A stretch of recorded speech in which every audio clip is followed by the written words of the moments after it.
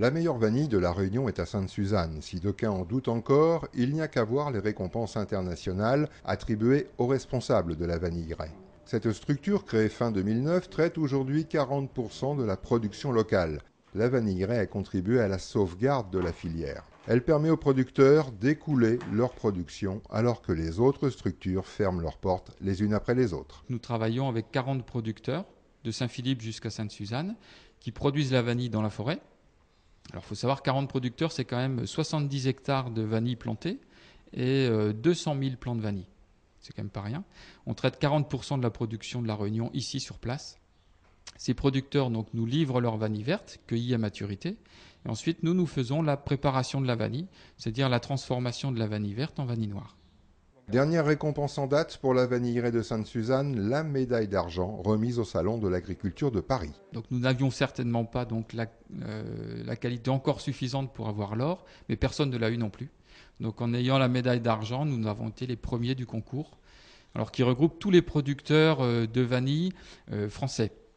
C'est-à-dire qu'on retrouve les producteurs de La Réunion, les producteurs de Mayotte, les producteurs de Nouvelle-Calédonie, de Guadeloupe.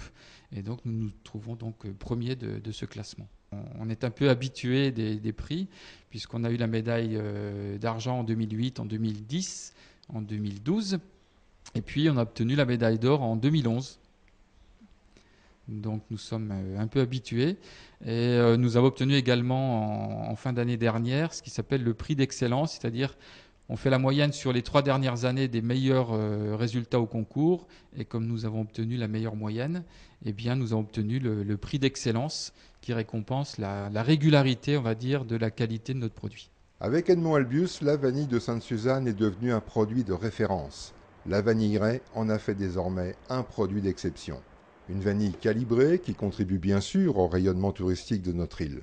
Pour preuve, depuis la création de la fabrique, plus de 40 000 touristes sont venus apprécier l'arôme de cette gousse d'or. Alors pour nous, c'est une image de marque, parce que on a toujours dit que la vanille de la Réunion, c'est la meilleure du monde. Mais c'est très facile de s'auto-proclamer meilleure vanille du monde. La meilleure manière de prouver qu'on est les meilleurs, c'est quand même de se confronter aux autres. Et ce concours, c'est l'idéal. Donc pour nous, c'est redonner du crédit à la notoriété de la vanille de la Réunion. Même si le procédé traditionnel de fabrication datant de 150 ans est repris et conservé pour la préparation des gousses de vanille, les secrets sont jalousement gardés pour marier tradition et qualité. Cet atelier artisanal est désormais le berceau de la réussite, niché au cœur de l'authentique domaine créole du Grand Asier à Sainte-Suzanne.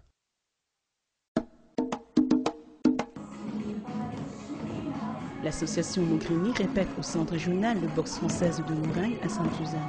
Au programme, le spectacle de danse indienne qu'ils vont donner dans les quartiers de la commune.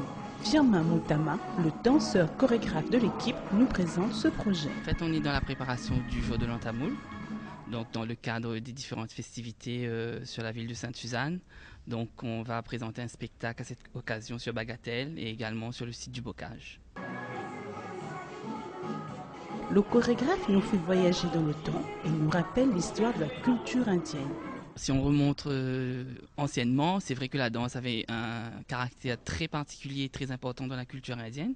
Et donc c'est vrai que ça a été perdu. Donc par l'intermédiaire des différentes activités culturelles, nous on essaie, nous en tant qu'association, d'amener le culturel justement, essayer de revenir un petit peu dans l'ancien temps. Donc ramener cette pratique de la danse culturelle, dévotionnelle dans le cadre du jour d'Antamoul. Firmin Moutama fait le lien entre sa culture indienne et la culture réunionnaise. Pour moi, l'important du jour de l'Antamoul, c'est marquer un temps fort dans l'année indienne, parce que c'est vrai que si on regarde l'année, c'est 5114, donc par rapport à l'année civile, il y a un grand décalage. Mais pour moi, c'est très important de montrer également notre particularité et également notre importance dans la culture réunionnaise. À travers nos coutumes, donc il y a plein le côté de partage, des couleurs, de la danse, du rire, etc. Voilà, on change de place, les grenets à l'extérieur. Les grenets à l'extérieur. Et vous n'êtes pas collés, tirez bien les colonnes. Et tirez bien jusqu'au fond.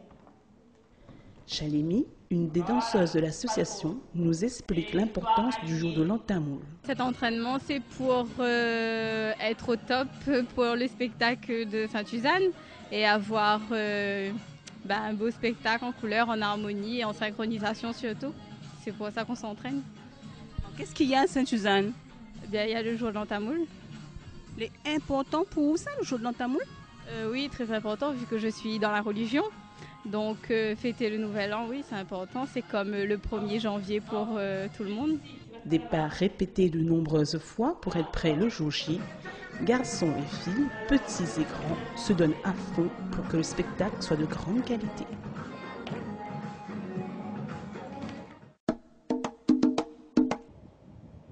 Les festivités du jour de l'an tamoul se déroulent aussi dans les assiettes des enfants des écoles primaires de la commune de Sainte-Suzanne. Les services de la restauration scolaire ont préparé un menu thématique pour ce jour. Pois et poulet massalé sont au programme. Marie-Olive nous présente le fonctionnement de la cuisine centrale. Là où la cantine, Sada Garriga, Bagatelle. Ici, on prépare le repas pour 1200 enfants, pour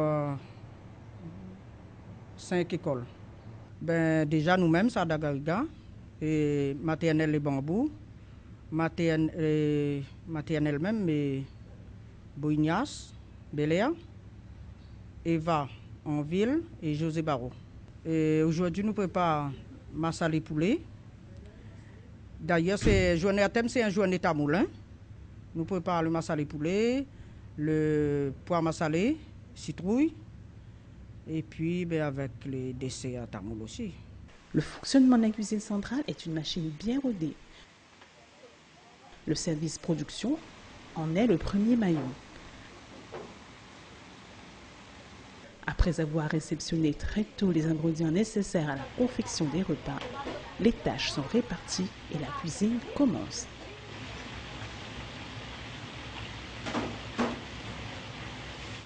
Après la cuisson des différents plats du jour, le personnel prépare les expéditions pour les écoles dont ils ont la charge. Les quantités de nourriture sont pesées et mises en conteneurs, école par école. Ensuite, les chauffeurs viennent récupérer les conteneurs et les livrent dans les cantines qui se chargent alors du service aux enfants. Il est l'heure de manger. La livraison des conteneurs s'est bien passée. Maintenant, il faut passer à l'accueil des enfants, pressés de manger et au service.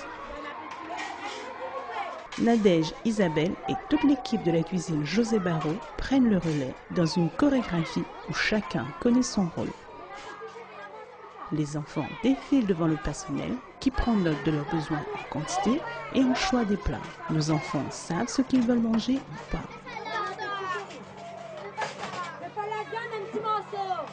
Le petit questionnaire aide à diminuer le gaspillage. Dans la cantine, les madames vérifient si les petits mangent correctement et dans une ambiance saine. Les pois et le poulet massalé ne font pas long feu dans les assiettes de nos mamans, pressés de retrouver la cour de récréation et leurs copains pour s'amuser. Bon appétit à tous!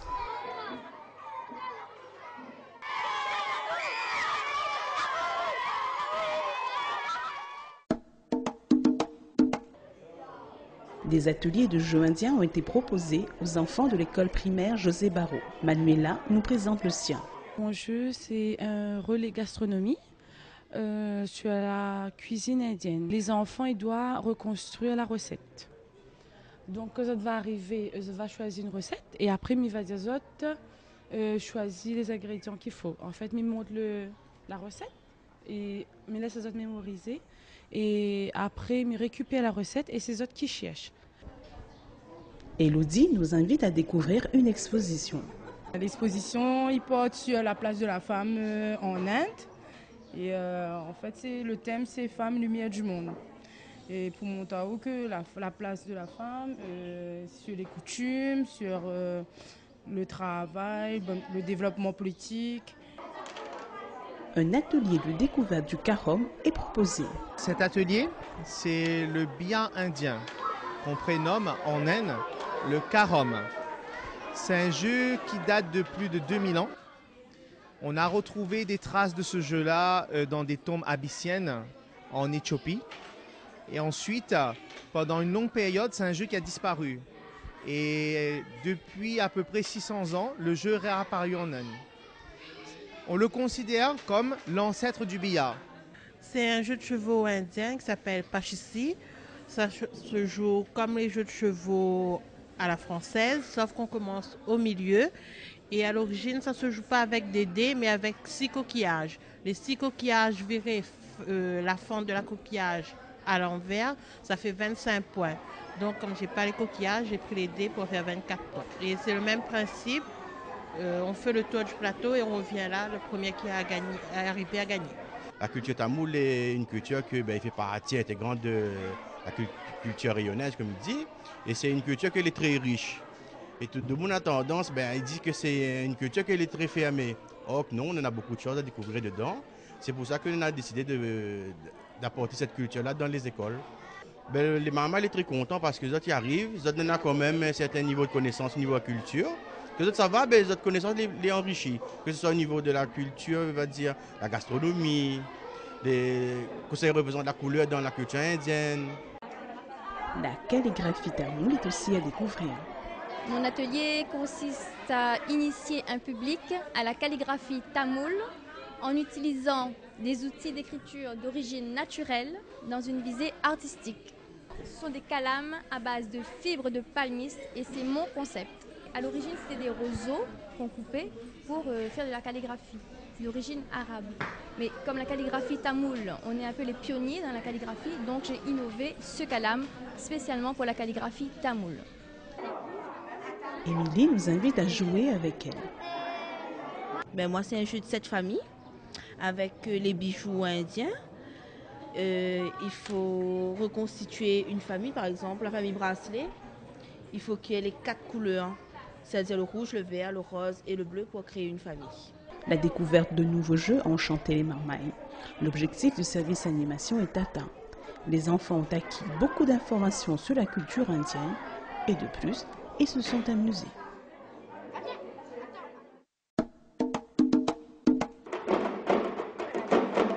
La femme est mise à l'honneur à Sainte-Suzanne. Pilier de la société rayonnaise, elle a été choisie comme thème de la manifestation « Femmes, lumière du monde ». Cultuellement, la semaine a été placée sous la protection de la déesse Lakshmi, déesse du bonheur, de la prospérité et de la lumière. Georges Rajou, consul général de l'Inde et invité d'honneur de la manifestation, est heureux d'être présent. Une bonne année de prospérité, santé et joyeuse. Je suis très content que je suis venu d'assister à cette célébration parce que je suis très heureux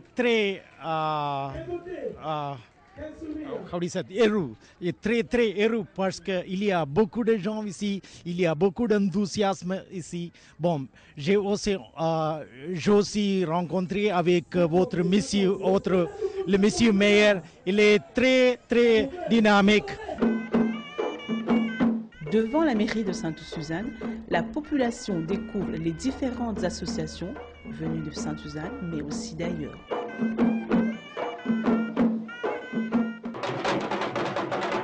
Les énergiques percussionnistes des tambours sacrés ont donné le rythme au défilé.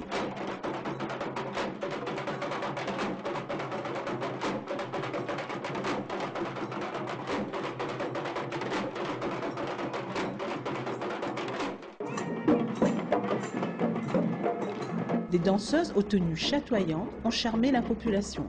Les claquements de leurs bâtons rythment leur chorégraphie dans la nuit.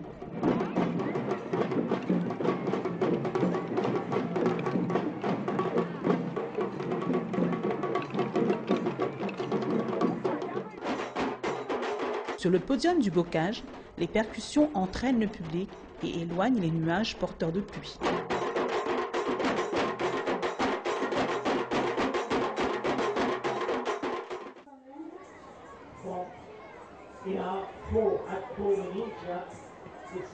La population de Sainte-Suzanne est venue en nombre partager ces moments forts. Le défilé a été riche, lumineux, coloré et très rythmé. Maintenant, place à la danse avec ses magnifiques chorégraphies. Des danses qui ont été répétées maintes fois afin de présenter un spectacle de toute beauté.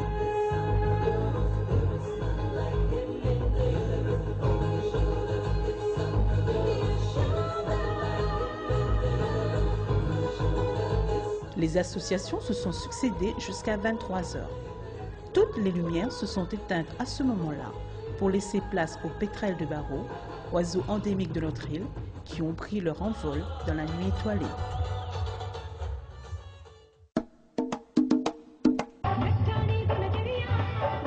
Pour clore les festivités du jour de l'an tamoul, la mairie de Sainte-Suzanne a sorti les couleurs. Gérald Achama nous présente ce moment coloré. Le Oli Oli. Alors on a le côté, si nous remontons, côté Malbar, on va dire ça Malbar.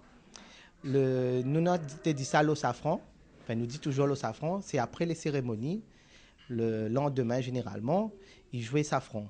C'est-à-dire là, la point de barrière sociale, ni barrière d'âge, tout le monde y arrive au même niveau. Alors nous jouons safran, ils lancent safran sur tout le monde. Et puis nous, la point de barrière, c'est pour s'amuser, faire la fête, pour marquer ce moment. Que l'on a fait des prières pendant des sérieux, etc., carré, et après nous fait la fête le lundi, là pour, comment dire ça, un petit peu se déstresser, etc., donc c'est un moment plus convivial. Gérald Achama nous explique la variante du Oli Oli, fête des couleurs, mise en place par le comité de pilotage de Sainte-Suzanne. On a le Oli Oli, c'est la fête des couleurs, que nous fait ça en grand public. Alors, en Inde, il fait ça, on a un jour spécial pour faire ça. Nous, on a décidé de faire ça le lendemain de notre grande fête du Nouvel An tamoul.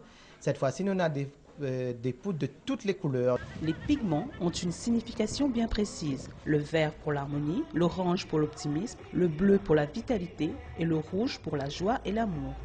Petits et grands se donnent à cœur joie. L'objectif est de colorer au maximum la famille, les amis et les autres participants. Attention, les malicieux sont de sortie.